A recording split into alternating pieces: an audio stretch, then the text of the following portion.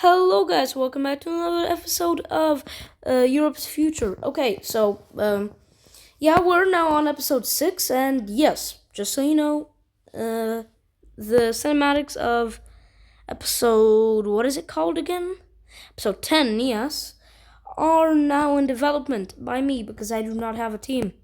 Anyways, whoa, this is so cool how I can just like erase things just like that. Okay, so, you see Slovakia and Czechia over here? After them uniting, they're not really doing too hot because their governments kind of don't like each other for some reason. I don't know why. I'm not being sarcastic, but I don't know why. Like, they don't like each other. So, there's going to be a little bit of protests on every side, wanting to divide it roughly like this. But that's not going to be happening for now, as they're stupid. And we're also going to be having a war between Bosnia and Herzegovina and Croatia. This is not really a big war, as they declare war. They don't declare war, they just start, doing war things. Well, since Bosnia and Herzegovina just got out of war, we're just going to be coloring them. I'm just going to be coloring. Oh, actually, so let's rethink this. Croatia declares war on Bosnia and Herzegovina because they are mad that Bosnia and Herzegovina has a coastline.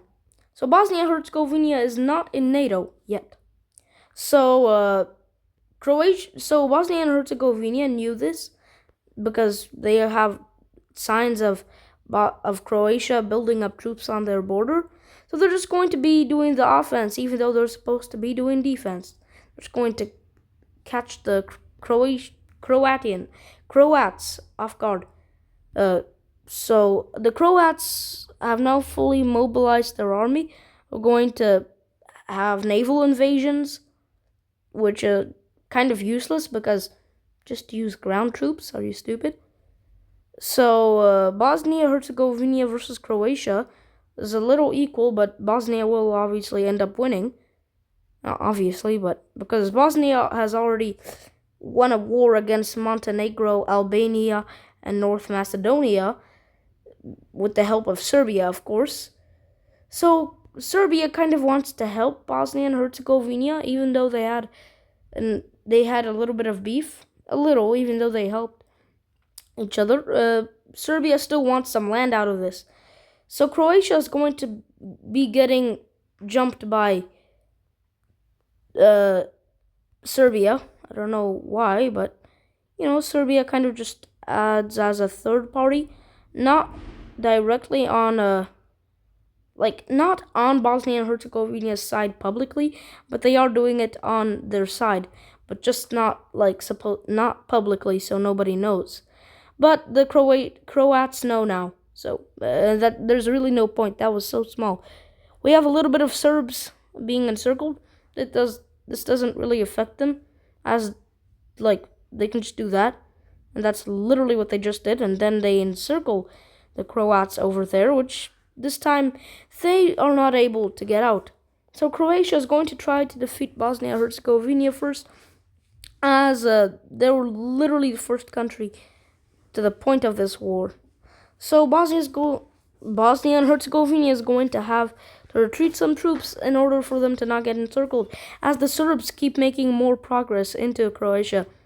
Now the Croats are not obviously going to lose the war, even if it was Bosnia Herzegovina versus Croatia. But it's still going to be equal since the Serbs aren't really putting their whole army, as they're on defense along the Romanian border a lot and the Bulgarian border. Not the North Macedonian border because they aren't really scared of them. And a little bit on Albania. North Macedonia, just a tiny bit. So Serbia has defense all over here. And here they have no defense. They just have offense. I don't know if that's necessarily a good thing because obviously the Croats can the Bosnian Herzegovinians can just kind of do this, but they're on the same side in this war, so why would they? So the Croats are slowly but surely losing this war, but they aren't going to lose that fast because, like I said, Serbia has mostly defense right now, which is a good thing for the Croats as they're not going to be losing that fast, but they are, well, obviously going to get kicked around like a little baby, honestly. Yeah, I just said like a little baby. Okay. The Croats are going to try to not get encircled. They're going to get encircled anyway. The Serbs are now almost at Croatia's capital city, which is not good because, well, you want to defend your capital city. So Bosnia-Herzegovina starts an offensive here to kind of just not encircle fully, but, well, actually encircle fully. That's pretty detrimental. Now, Croatia has put up a defense that's supposed to be good against the Serbs, so they do not reach their capital city. They managed to, stop the Serbs from getting that close to their capital, but they are eventually at a stalemate because Croatia is fighting a two-front war, but they're going to lose anyway because I said so. So Bosnia-Herzegovina is now almost going to capture all of Croatia's coastline, which Italy sees a chance in this to gain some Balkan lands, if you will, and they declare war on Croatia. NATO does nothing because, honestly, at this point, Croatia's just getting jumped by a bunch of countries, and NATO doesn't care because, well, Italy's way more important than Croatia. I mean, really, come on. That's not good at all. The Italians are now on Croatian land. That's also not good. So the Bosnian and Herzegovinians and Italians are going to have an actual very nice contact as they're going to be, well, very happy with each other and friendly because they're both in NATO now. Actually, Bosnia and Herzegovina isn't in NATO even in this timeline yet. So, yeah, Serbia's kind of just spearheading towards Croatia's capital. And that's not a good thing if you were Croatia. Now, the Italians are going to be doing most of the work, but they're going to face the hardest of defense from the Croatians because they don't want the Italians to get them, but they're obviously going to get them. Well, obviously. So, Bosnia-Herzegovina is done with this war. They don't really want more. They're just going to leave the rest up to the others. So, who's going to be ending up getting Croatia's capital?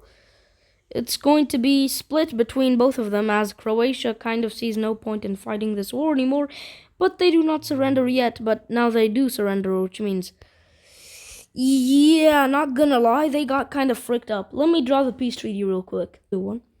Okay, so this is the peace treaty. Well, actually, I erased Slovenia's capital because, a couple of episodes ago, they kind of got jumped by Italy, even though they started the war against Italy, and I forgot to remove their capital.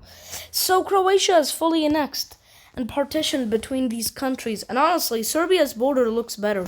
I know that's a hot take, but honestly does in my opinion. Bosnia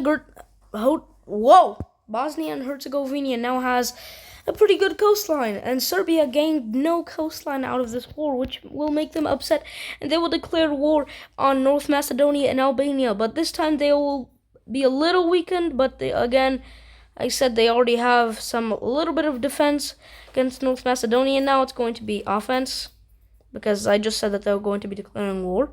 Now, Albania and North Macedonia were not informed about this war because no formal declaration of war, and it wasn't said before the war actually started. It's just a blitzkrieg, basically. So North Macedonia now fully falls. Now we're just going to have Albania also from the weakened war. This is like the second war between North Macedonia, Albania versus Serbia, but this time it's not including Bosnia and Herzegovina, and there's no Montenegro. So the peace treaty is very simple. Very simple. Okay, so like I said, the peace treaty is going to be very simple. Serbia annexes all of North Macedonia because they literally stood no chance. And Albania gets to keep their capital because they protected it pretty well, but and also they're a stronger country than North Macedonia, which means they'll be spared for now. I said for now for a reason, because we're going to be having Greece invade them. I mean, what's happening to some countries? They're just getting jumped by lots of countries. Now Greece isn't going to send their whole army because simply they don't need to, and Albania just surrenders because what's really the point in fighting? What is really the actual point of fighting this war? And that was very simple. That was so simple. But Serbia gets mad and they demand half of Albania's capital city because they kind of got screwed up in their peace treaty because they want land now. So Greece is going to be like, okay, we don't really care about you, so just take you irrelevant, stupid. Okay, so Serbia's mad at that. Serbia versus Greece? Yes? No? Oh, I'm honestly not very surprised that this is all happening in the Balkans. Now, Bosnia and Herzegovina and Italy are now going to be very, very, very close. So they're going to form a non-aggression pact, a defense pact, and they're also going to guarantee the independence of Bosnia and Herzegovina. Now, Italy is going to be heavily supplying, what's it called? Bosnia and Herzegovina, which makes them maybe at the same level of strength as Romania. Oh, by the way, we're going to be having that very good for Croatia, for Bosnia and Herzegovina. Oh no, wait, a surprise happened. Russia versus Ukraine again.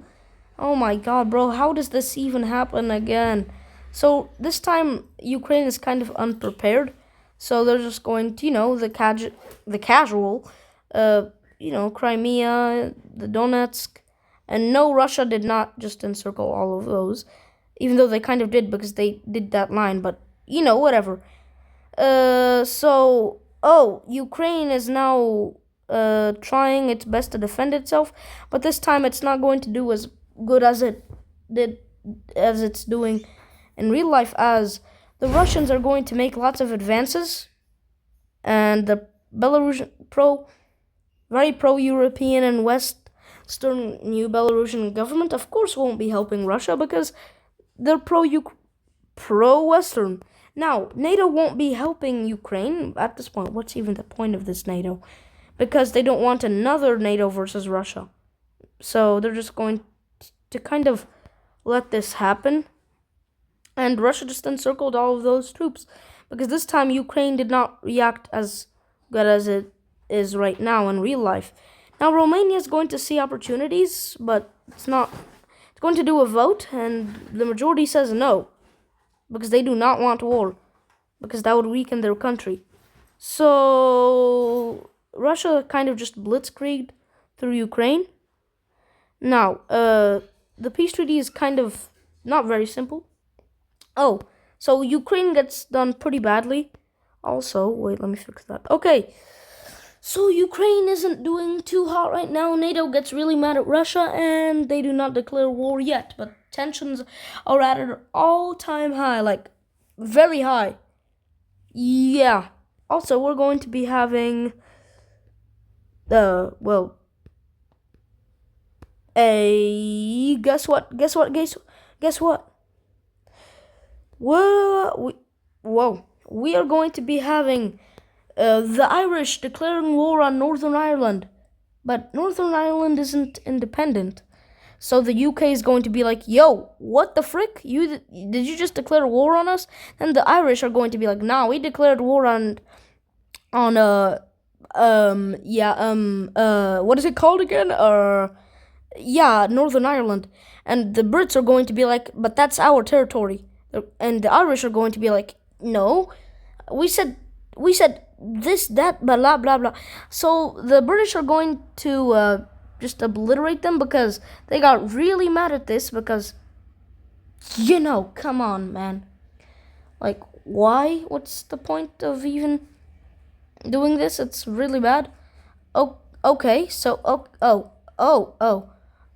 the Irish get ran over. Oops. Wait, what is happening? Or okay, I'm coming. So, the Irish get ran over. Peace treaty is very simple.